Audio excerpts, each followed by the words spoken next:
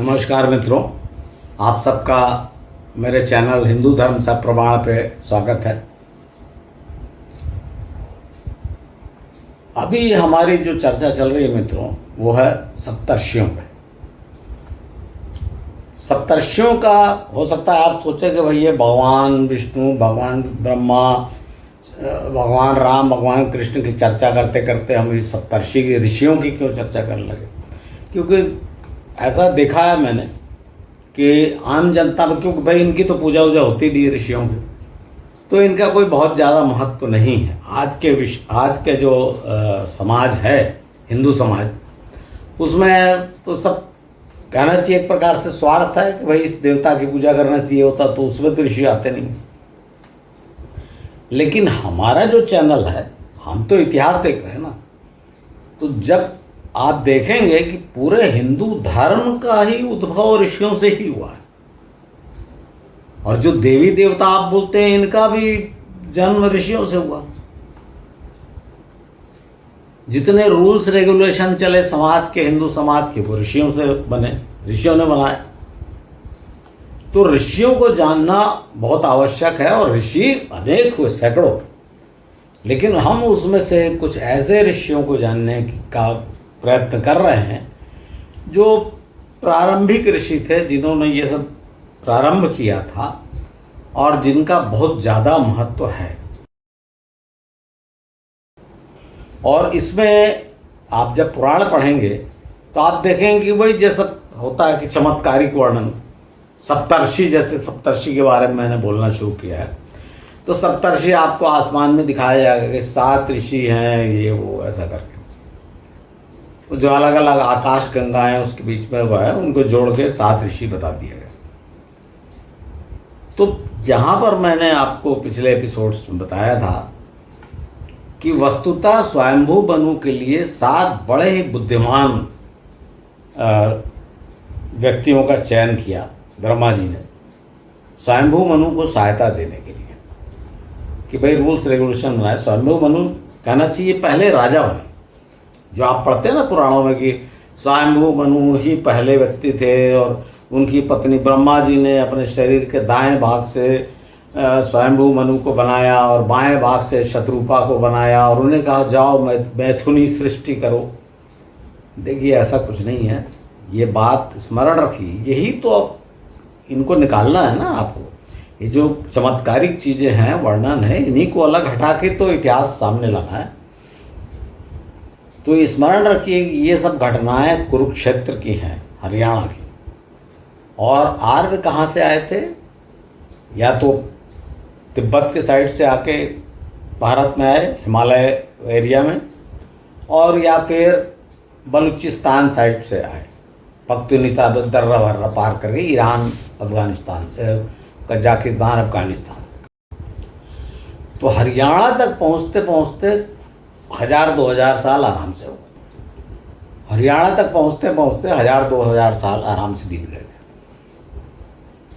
और ये मैंने आपको बताया कि हरियाणा में आके भारतीय संस्कृति, कहना चाहिए तरीके से सुव्यवस्थित रूप से, जैसे पृथु यहाँ हुए जिन्होंने खेती का सब चालू किया, या आपने देखा कि पृथ्वी को गाय की तरह दुआ, उसी तरह स्वयंभू मनु ने समाज को एक सुदृढ़ व्यवस्था देने का प्रयास किया, और इसमें उन्होंने वर्णाश्रम व्यवस्था बनाई, जिसे बड़ा क्रिटिसाइज किया जाता है। पर आप देखेंगे, देखिए किसी 8000 8500 साल पुरानी व्यवस्था को आज क्रिटिसाइज, भाई आप मत मानिए, लेकिन आप आज के तरीके से क्रिटिसाइज क्यों कर रहे हैं? आज के समय के हिसाब से, उस समय के हिसाब से देखिए कितनी सुंदर व्यवस्था उन्होंने की थी। और मैं चूँकि मनुस्मृति वगैरह बोल चुका हूँ तो मैं उसको दोहराऊंगा नहीं।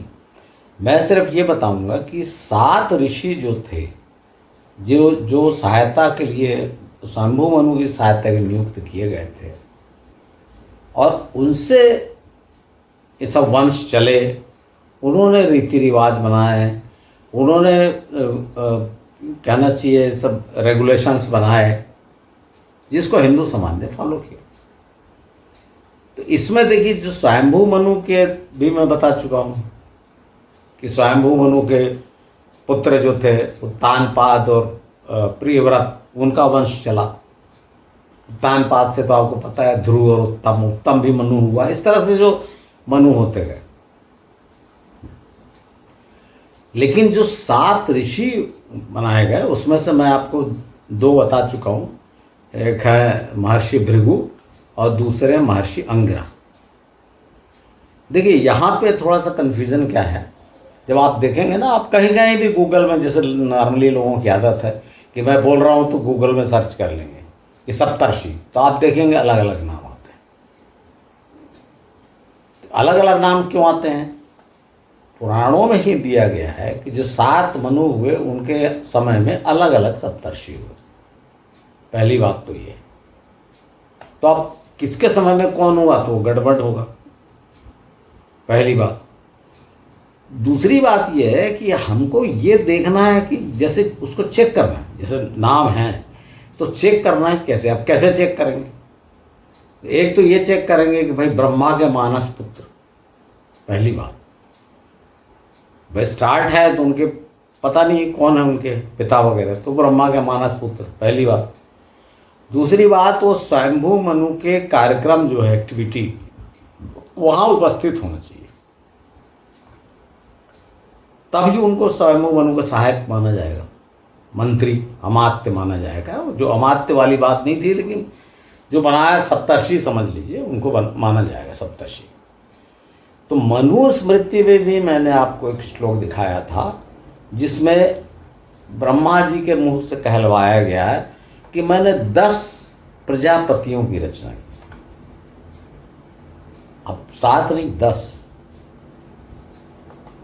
और यहाँ पर प्रजापति में भी ये गलत, देखिए ऐसा नहीं कि मनुस्मृति में गलत नहीं, सिर्फ पुराण में। मनुस्मृति भी स्मृति है, तो जो गलतियाँ पुराण में होंगी मनुस्मृति में भी होंगी।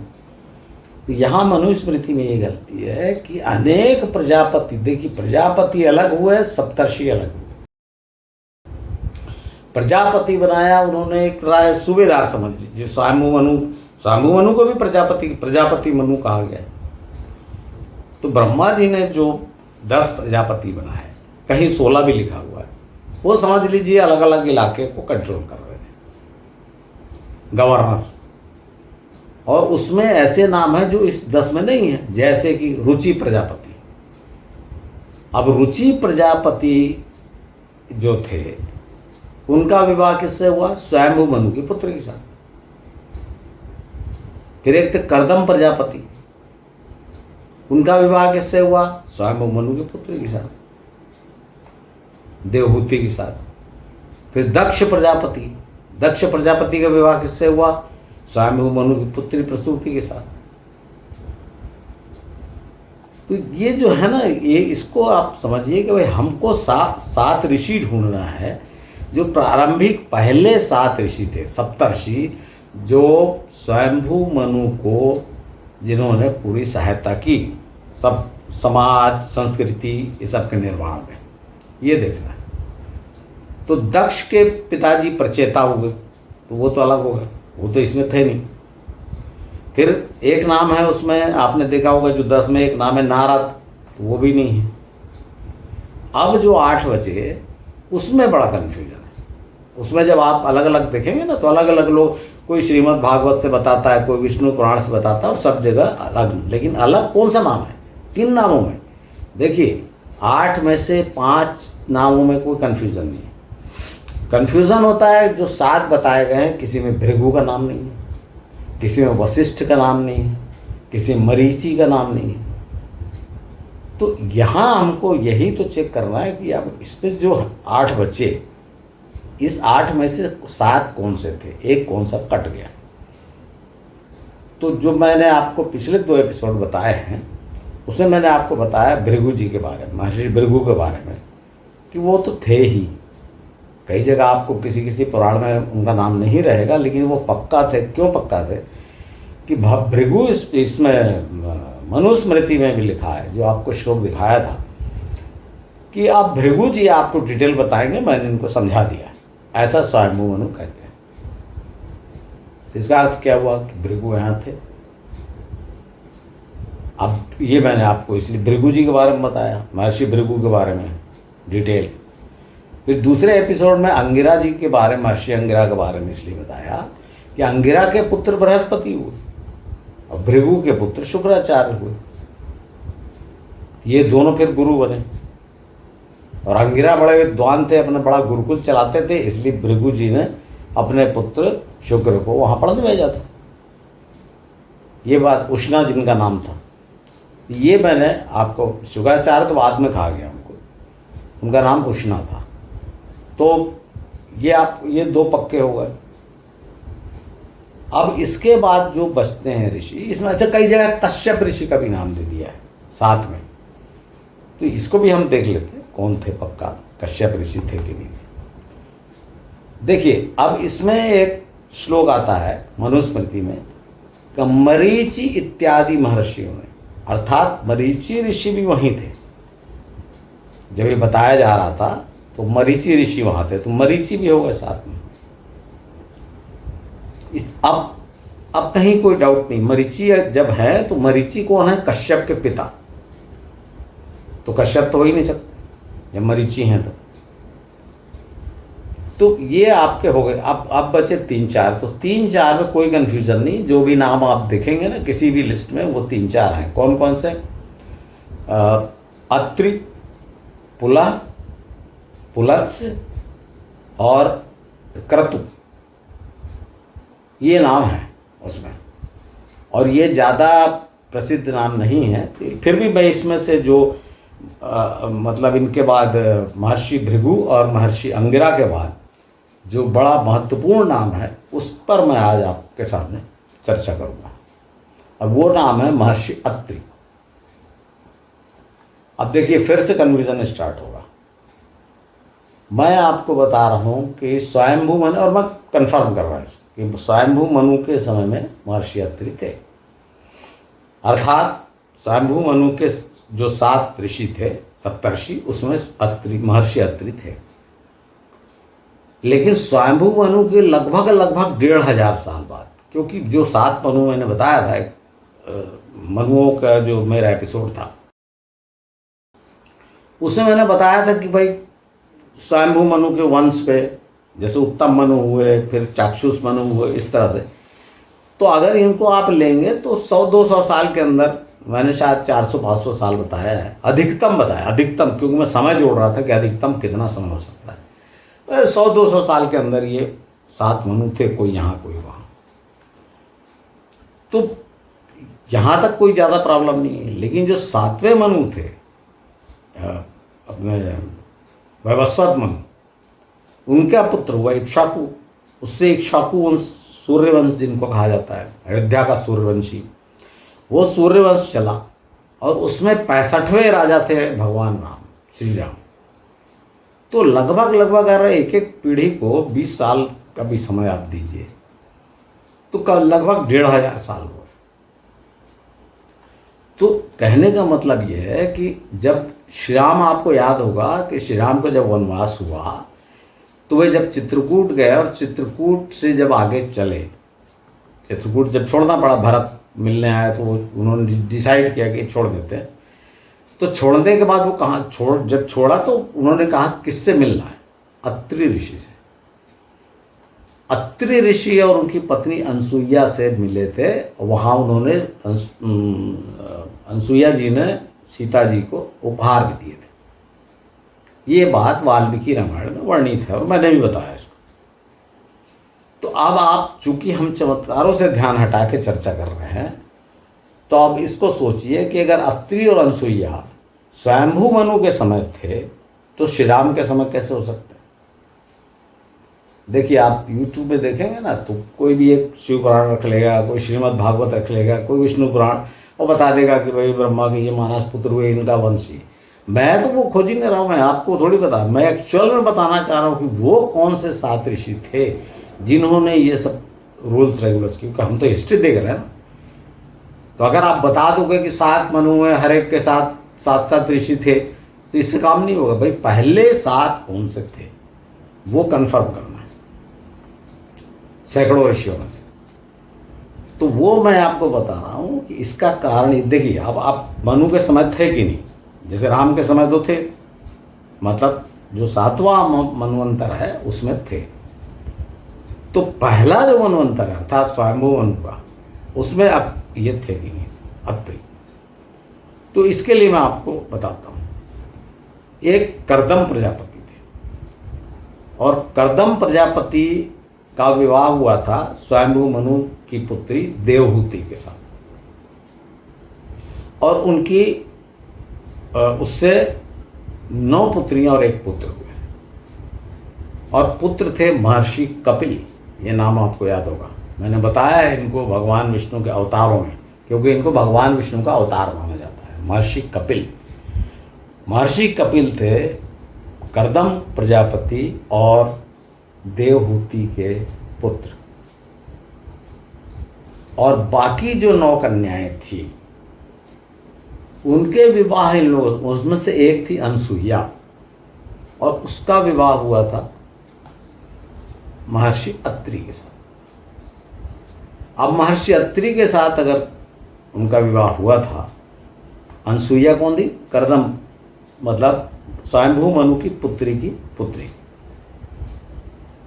तो इसका मतलब ये उस समय हो गए, श्री राम के 1500 साल बाद तो हो नहीं सकते। तो अभी मैं ये नहीं बोल रहा हूँ श्री राम के समय नहीं थे, वो तो वाल्मीकि रामायण में लिखा थे। मैं बताना क्या चाह रहा हूँ कि जो 7 ऋषि में अत्रि थे कि नहीं थे, वो मैंने आपको बताया कि वो थे अत्रि ऋषि। और यहाँ पर अत्रि ऋषि के बारे में फिर से बड़ा कन्फ्यूजन आगे जब आप पढ़ेंगे ना, क्योंकि लोग तो पुराण पढ़ के बता देते हैं। तो जो पुराण में लिखा है मैं तो उसी के एनालिसिस कर रहा हूँ कि उससे ही तो निकालना है कि भाई क्या हुआ। तो अब देखिए, इसको जब आप पढ़ेंगे तो बड़ी मनोरंजन कहानी है महर्षि अत्रि और माता अनसुईया के बारे में। पूरी उत्तर भारत से लेकर दक्षिण भारत, मैं तो दक्षिण भारत में गया और कन्याकुमारी से जब मैं जा रहा था त्रिवेंद्रम की तरफ, तिरुवनंतपुरम जिसको बोला जाता है, वहाँ जा रहा था तो एक कन्याकुमारी से 20 किलोमीटर दूर पे एक स्थान पड़ा, छोटा सा गांव है सुचिंद्रम। वहाँ बहुत विशाल मंदिर है। और वहाँ पे जब मैंने पूछा जो पुजारियों से, तो वहाँ पता लगा इसका नाम सुचिंद्रम मतलब शची और इंद्र। देखिए आप, और ये जगह कहाँ है? बिल्कुल भारत के दक्षिणी छोर पे, कन्याकुमारी से 20 किलोमीटर वहाँ तक। देखिए इंद्र का प्रभाव सब आर्य संस्कृति का। ये भी मैं इसलिए बताता चल रहा हूँ कि जो लोगों के दिमाग में बैठा हुआ ना कि उत्तर भारत में आर्य, दक्षिण भारत में अनार, ये इसलिए इसको भी देखते चलिए। और ये कब की बात है? ईस्वी पूर्व 6000 साल पहले, आज की नहीं है। तब ये सब हो चुका है, इसलिए आज अलगाव करने की कोशिश न करें। अब चलिए अपना हम विषय की चर्चा करते हैं। तो वहाँ पर ये कहानी है सुचिंद्रम के मंदिर में कि भाई ब्रह्मा विष्णु महेश तीनों आए और उनको सती अनसुईया की परीक्षा लेनी थी। तो उन्होंने कहा कि माता हमें भोजन कराओ। तो उन्होंने कहा ठीक है। बोले नहीं, ये जो आपके गृहस्थ के वस्त्र हैं, ये वस्त्र वगैरह पहन के हम नहीं करेंगे। अब माता बड़ी चक्कर में फंस गई कि युवा पुरुषों के सामने कैसे नहीं, तो और वो भेष बदल के आए थे। तो उन्होंने अपने तपोबल के प्रभाव से तीनों को बच्चा बना दिया। ये मैं कहानी सुना रहा हूँ आपको, इसको हंसिए मत, इसका अर्थ है, ये मैं बताऊंगा क्यों ये सब कहानियां बनी, क्यों ये बताऊंगा। तीनों को बच्चा बना दिया और फिर तीनों को भोजन कराया, अपना दुग्धपान कराया, शिशु बना दिए। बच्चा मतलब एकदम छोटे शिशु, अरे महीने 2 महीने वाले, तीनों को, ब्रह्मा विष्णु महेश। ये कहानी है। अब ये कहानी का अर्थ क्या है? इस कहानी की जब ये जो पहले जो मतलब है, जब आप डिटेल पढ़ेंगे, जो मैं जानने की कोशिश कर रहा हूँ कि महर्षि अत्रि और माता अनसुईया के 3 पुत्र हुए। एक चंद्रमा, दूसरा दत्तात्रेय और तीसरे दुर्वासा। और ये तीनों नाम आप जानते हैं कितने प्रसिद्ध हैं। तो ये 3 पुत्र हुए और इसीलिए कहानी बनी। चंद्रमा जो थे वो किसके अवतार हो गए? ब्रह्मा जी के अवतार हो गए। और दत्तात्रेय जो थे वो भगवान विष्णु के अवतार हो गए। और जो ये थे दुर्वासा, वो भगवान शिव के अवतार हो गए। तो वो जो 3 वाली कहानी मैंने आपको सुनाई, और भी जगह है, मैं तो सुचिंद्रम जगह बता दिया, इसमें सुचिंद्रम नहीं लिखा है पुराणों में, पर कहानी ये वाली है। तो क्यों बताया गया कि ये 3? लेकिन जब जो मेरा तो उद्देश्य है ही नहीं कि मैं आपको पढ़ के बता दूं, तो जब मैंने इसको देखा, फिर से मैं देखा इनके जो क्या बोलना चाहिए, इनके काल पीरियड, तो इसमें मैंने देखा कि भाई जो पहले थे, मतलब जो सप्तर्षि, क्या कहना चाहिए, स्वयंभू मनु के समय, उस समय ये चंद्रमा, अत्रि और अनसुईया का पुत्र चंद्रमा हुए। ये मैं क्यों बोल रहा हूँ?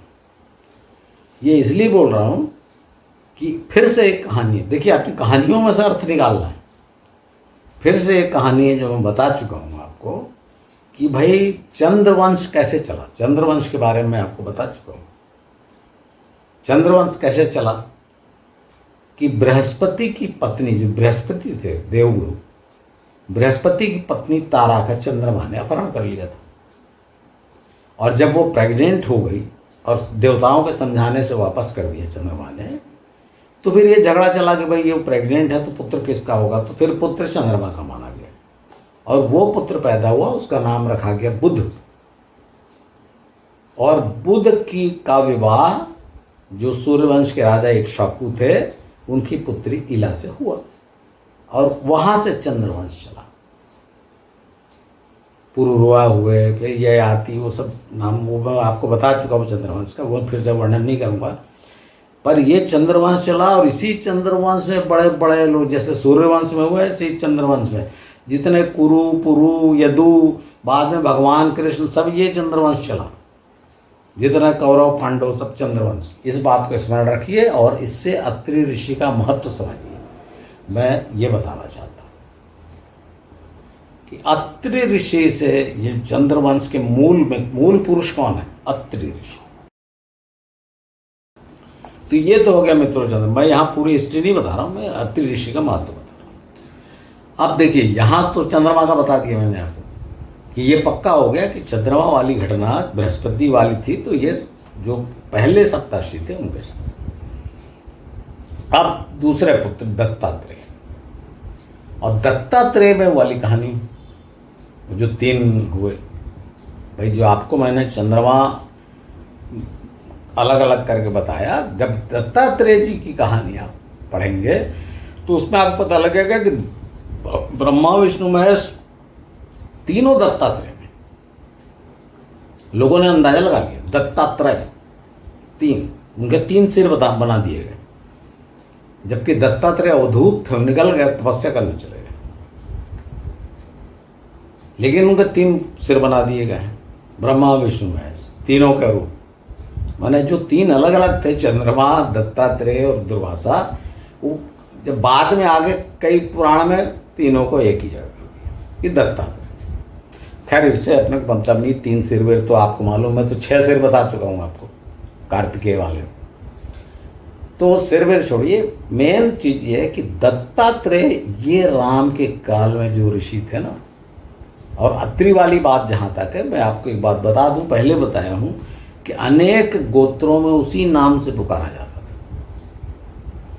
अलग नाम अत्रि, अत्रि का जो प्रसिद्ध गोत्र हो गए। जैसे परशुराम जी के केस में मैंने आपको बताया कि परशुराम जी श्री राम के समय में थे, लेकिन भगवान श्री कृष्ण को भी मिले, उन्होंने रास्ता बताया था कि गोमंतक पर्वत कैसे जाना, वो वहाँ अरावतक पर्वत तक द्वारका पहुँचने का मार्ग बताया था। और उसमें आपको मैंने बताया था कि भाई वो उनके जो वंशज थे वो वैसे ही, वो परशु कंधे पे, फरसा कंधे पे रख के परशुराम जैसा अपने, तो वो परशुराम जैसे ड्रेस होते जो कोंकण वाला एरिया है। तो उसी तरह से अत्रि जो थे वो अत्रि लिखते जाते थे, और यही कारण हुआ कि वो अत्रि होगा श्री राम के समय भी। और ये नाम जो है ना, देखिए आपके सब कन्फ्यूजन इसलिए होता है कि आप सोचते हैं ये वो कैसे, वो होता ही नहीं। देखिए, बार बार मैं आपको बता रहा हूँ, अनेक ब्राह्मणों से चर्चा होती है, मुझसे बहस करते हो, मैं उनसे जानने की कोशिश करता हूँ, लेकिन वो मेरे ऊपर थोपने की कोशिश करते हैं। तो वो बताएंगे उस समय, तो अगर मैं ये बात आप किसी से बोलेंगे ब्राह्मण से कि भाई 1500 साल का है, तो वो बता देंगे नहीं ऋषि तो हजारों साल जिंदा रहते थे। 1,500, ये तो 1,500 साल है।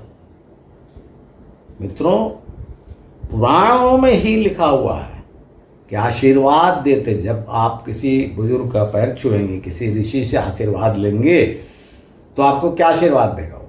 शतम जीवेत घृतम पीवेत, 100 साल जियो घी पीते रहो। अर्थात घी पीते रहो का मतलब आपका डाइजेशन इतना अच्छा रहे, हेल्थ इतनी अच्छी रहे, यानी 100 साल जियो और हेल्दी होकर जियो। तो जब 100 साल जीने का आशीर्वाद देते थे वो, तो अगर आप 1000 साल कोई जिंदा रहता है तो उसको क्या 100 साल जियो आशीर्वाद बन रहा है? आप तो बोल रहे हो मर जाओ जल्दी। तो सीधी सी बात है कि इंसान की जो आयु आज थी वैसे ही थी, 70 साल, 80 साल, 90 साल। तो 100 साल जीने का आशीर्वाद दिया जाता है स्वस्थ रहने का। तो इसलिए जो 1,500 साल जिंदा रहे, ये पूरी गप इसी को ही तो निकालना है। तो अब आप ऋषि वाला ये दत्तात्रेय कौन से काल में हो गए? दत्तात्रेय श्री राम के काल में। अब आप सोचेंगे फिर दुर्वासा, तो याद रखिए, देखिए कहाँ से ये जो लाना, कहाँ से प्रूफ लाओगे आप प्रूफ लाओगे जो पुराणों की इन्हीं चमत्कारिक कहानियों से, और बड़ी सही है, सही तरीका है। क्यों? आपको बता रहा हूं। जैसे आप ऊपर देख लीजिए, कहीं भी दुर्वासा की कहानी कहीं नहीं। अगर पहले जो सप्तर्षि थे, जब अत्रि और भृगु वगैरह सब थे, तब क्या कहीं ऋषि दुर्वासा की कहानी है? एक भी कहानी है कि दुर्वासा जी आ गए और उन्होंने भृगु को ऐसा कहा, या स्वयंभू मनु? नहीं है। दुर्वासा की जितनी कहानियां हैं महर्षि दुर्वासा की, वो कौन से काल में है? भगवान श्री कृष्ण के काल में, अर्थात जिसको द्वापर युग कहा जाता है। भाई आप देखिए, भगवान श्री कृष्ण गुरु कौन? दुर्वासा। जो रुक्मिणी को, उन्होंने रुक्मिणी और श्री कृष्ण को श्राप दिया था ना, जो 12 साल फिर अलग रहे, वो कहानी बताई है मैंने शादी के समय। द्वारका के बाहर जो एक मंदिर है, रुक्मिणी मंदिर, वहाँ दुर्वासा ऋषि ने श्राप दिया था, जहाँ से चरण गंगा निकलती है। उसके बाद दुर्वासा का, और देखिए पूरे महाभारत काल में दुर्वासा घूम रहे हैं। वो द्रौपदी का खाना वाला आपको याद है? जब दुर्वासा जी अपने पूरे शिष्यों के साथ पहुँचे और द्रौपदी से कहा कि खाना बनाओ, मैं आता हूँ, और घर में अनाज बिल्कुल नहीं था, तब श्री कृष्ण पहुँचे और उन्होंने कहा कि चल लाओ, बटलोई में एक दाना था, उसको खा लिया और डकार लिया। तो पूरे दुर्वासा ऋषि डकार लेने लगे और सब उनके शिष्य वो वहाँ से भाग गए कि इतना पेट भरा फूल रहा है, अब हम खाना कैसे खाएंगे? तो भाग गए, वो आए ही नहीं। ये चमत्कारी कहानी छोड़िए, इस कहानी से अर्थ क्या निकलता है? इस कहानी से अर्थ निकलता है कि वो पांडवों के काल की बात है, दुर्वासा ऋषि का। तो दुर्वासा ऋषि का जितनी कहानियाँ आप देखेंगे वो पांडवों के, श्री कृष्ण के काल की है। अर्थात इसका अर्थ ये हुआ कि जो भगवान श्री राम के समय में जो अत्रि और अनसुईया मिले, उनका वंश चला और फिर से कोई अत्रि था वहाँ, अत्रि अनसुईया फिर से, ये श्री कृष्ण के काल में। वहाँ भी एक महर्षि थे अत्रि अनसुईया, और उनके पुत्र थे दुर्वासा। अब देखिए, स्वयंभू मनु काल में एक थे, श्री राम के समय एक थे, और ये थे। भाई ये नहीं बोल रहा 3 थे, इस बीच में और दर्जनों होंगे, लेकिन इन 3 का नाम इसलिए है कि इनके जो पुत्र हुए वो जबरदस्त प्रभावशाली हुए और भारतीय संस्कृति पे उनका बहुत प्रभाव पड़ा, और इसलिए कह दिया गया कि अत्रि ऋषि थे और उनके 3 पुत्र हुए। ऐसा आप जितनी कहानी सुन लो, आप दर्जनों लोगों ने यूट्यूब में अपना डाला हुआ है, पर उनसे कोई ये ये कौन पूछेगा कि भाई ये चंद्रमा तो बृहस्पति की पत्नी को लेकर भागा था, और जो ये तो बाद में दुर्वासा तो महाभारत में घूम रहे थे। तो ये डिफरेंस जो आता है, कम से कम ये डिफरेंस आ जाएगा 3-3.5 साल का। आप इसको देखिए, जो मैं आपको बता चुका हूँ कि प्राचीन सप्तर्षि संमत, जिनको ये 7 ऋषियों ने प्रारंभ किया, ये 6,675 ईस्वी पूर्व, और श्री कृष्ण का काल कौन सा है? 3,000 ईस्वी पूर्व। तो श्री कृष्ण के काल में और स्वयंभू मनु के काल में कितना डिफरेंस आया? 3,500 साल का। तो क्या 3,500 साल तक जिंदा रहे अत्रि और अनसुईया? तो ये इस टाइप का अगर आपके मन में धारणा है तो फिर मेरे को सुनना बेकार है। आपको मैं आपको यहाँ अभी जो बता रहा हूँ कि कौन ऋषि थे और क्या महत्व है। तो आशा है मित्रों ये अत्रि ऋषि का आपको महत्व पता लगा होगा कि स्वयंभू मनु के काल से भगवान श्री कृष्ण काल तक ये थे, अलग अलग थे, मतलब इनका वंश चला और आज भी होंगे बहुत से ब्राह्मण। मैं तो ये खोज ही नहीं रहा हूँ कि आज आप जो ब्राह्मणों के सरनेम है ना, पांडे मिश्रा, आप ढूंढने जाएंगे तो इनमें ये गोत्र है, अत्रि गोत्र और ये गोत्र वो गोत्र, भृगु गोत्र। भृगु वाले तो ठीक है भार्गव ही रहते हैं, लेकिन दूसरे लोगों के तो सरनेम बदल गए ना उनके कर्मों से।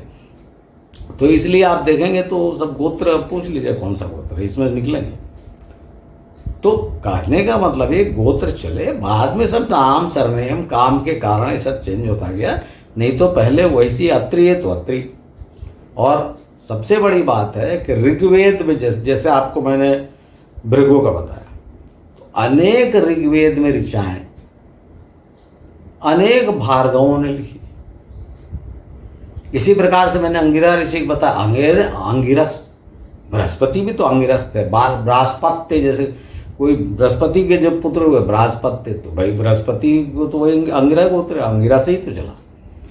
और इसी प्रकार से अत्रेक में देखिए सब एक एक दो दो श्लोक, सिर्फ आप नाम पे ध्यान दीजिए कि इसको इसके रचयिता जो है ऋचाओं के रचयिता कौन है। तो ये नाम आप देखते चलिए कि कितने ये सब नाम दिए हुए। अर्थात बताने का है कि जो प्रथम जो सप्तर्षि थे पहले 7, उनके वंश से ये जितनी ऋचाएं हैं ना, अधिकतर 90% तो उन्हीं के वंश है, 7 ऋषियों के। दूसरे भी हैं, ऐसा नहीं बोल रहा हूँ, लेकिन अधिकतर। और कब इनकी रचना हुई, सीधे सीधे आप समझ लीजिए कि ईस्वी पूर्व 6675 के बाद से लेकर श्री कृष्ण के काल तक। क्योंकि श्री कृष्ण काल में तो ऐसा माना जाता है ना कि वेद व्यास जी ने संकलन कर दिया और बांट दिया, सब कर दिया। तो ये 3-4 हजार साल इनकी ऋचाओं का निर्माण चला।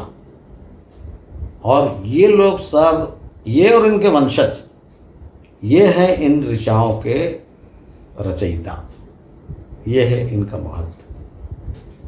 तो मित्रों मैं आपको 7 में से 3 महत्वपूर्ण ऋषियों के बारे में बता चुका हूँ, महर्षि भृगु, महर्षि अंगिरा और महर्षि अत्रि।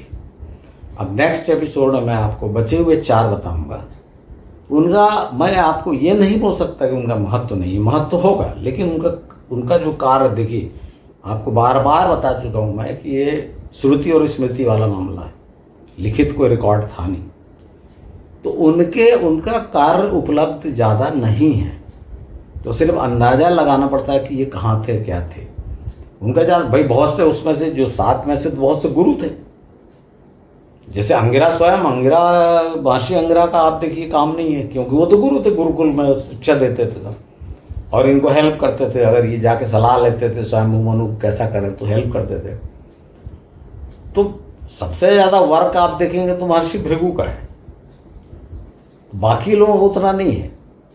अत्रि का भी काफ़ी मिल गया, लेकिन बाकी का नहीं है। तो बाकी 4 जो हैं उनका, फिर से मैं बोल रहा हूँ कि महत्व तो नहीं, इस दृष्टि से लोगों में महत्व नहीं, क्योंकि उनके काम अभी सामने नहीं है। पर 7 जब बनाए गए थे तो 7 एक समान काम करते थे, इसको समझ लीजिए आप। तो मित्रों अगले 4 बता के मैं पहले 7 जो सप्तर्षि थे उनका ये समाप्त करूँगा। और उसके बाद अगले एपिसोड में श्री राम के समय में, देखिए वहाँ थोड़ा बहुत कन्फ्यूजन फिर से आपको होगा, क्योंकि जो सप्तर्षियों का क्या बताया गया पुराणों में कि ये मनुओं के साथ थे, लेकिन 7वें जब आप देखेंगे ना तो वो मनु के साथ नहीं थे, वैवस्वत मनु के साथ नहीं थे, वो सब श्री राम के काल में थे। और वैवस्वत मनु जिनके वंश में श्री राम हुए, उनके दोनों के काल में 1500 साल का कम से कम अंतर है। ये आप समझ लीजिए कि आप, क्योंकि हमको फैक्ट समझते चलना है कि भाई ये जो 7 मनु जिनको 7वें मनवंतर के सप्तर्षि कहा गया है, वे वैवस्वत मनु के समय नहीं थे, वे श्री राम के समय थे। ये मैं सब आपको आगे जो 1-2 एपिसोड रहेंगे उससे बताऊंगा। आशा है मित्रों आज का एपिसोड आपको पसंद आया होगा। अगर आया है, और इसको आप ठीक से, मेरे जो बात है ना, इसको जज करने के लिए आप YouTube में इसी जैसे आप महर्षि अत्रि के बारे में दूसरों जो अच्छे बनाए, बड़ी मेहनत से बनाए, उन्होंने बड़े सुंदर बनाए हैं। पर मैं सिर्फ इतना बोल रहा हूँ कि उन्होंने पुराण पढ़ के जिस पुराण जो लिखा वो बता दिया। मैं सिर्फ इतना बोल रहा हूँ। मैं जो प्रश्न उठाता हूँ, खोजता हूँ, वैसा किसी ने जानने की कोशिश नहीं की है। और मैं उस बात का उत्तर आपको देता हूँ कि आपके मन में भी ये प्रश्न उठाना चाहिए पढ़ के, तब तो आप इतिहास जानना चाहते हैं। नहीं तो फिर तो पुराण कथा है, शिव पुराण कहीं हो रहा है, कहीं श्रीमद् भागवत हो रहा है, कहीं राम कथा चल रही है, वो सुनते चलिए, फिर मेरे को सुनने की जरूरत नहीं है। तो मित्रों, मेरा आपसे फिर अनुरोध है कि आप अपने मित्रों में, परिचितों में ज़्यादा से ज़्यादा शेयर करें मेरे एपिसोड्स को, क्योंकि लोगों की ये जिज्ञासा नहीं भी है तो उनमें जिज्ञासा उत्पन्न होना चाहिए कि हिंदू धर्म है क्या, ये हमारा इतिहास है, जो मैं बार बार बोलता हूँ, क्या सच में ये हमारा इतिहास है। धन्यवाद मित्रों, आपके फिर से मेरे अगले एपिसोड में आशा है आप फिर उपस्थित होंगे। धन्यवाद।